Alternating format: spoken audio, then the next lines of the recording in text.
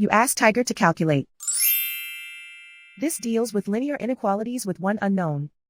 The final result is x smaller than 16 over 3 smaller than 51 over 3. Let's solve it step by step. Swap sides.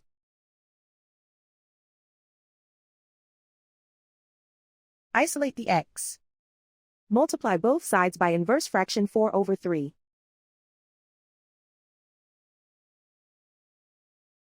Group like terms.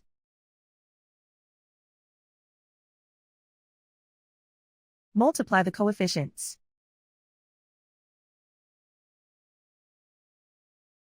Simplify the fraction.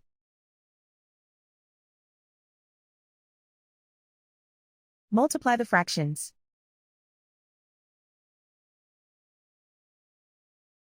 Simplify the arithmetic.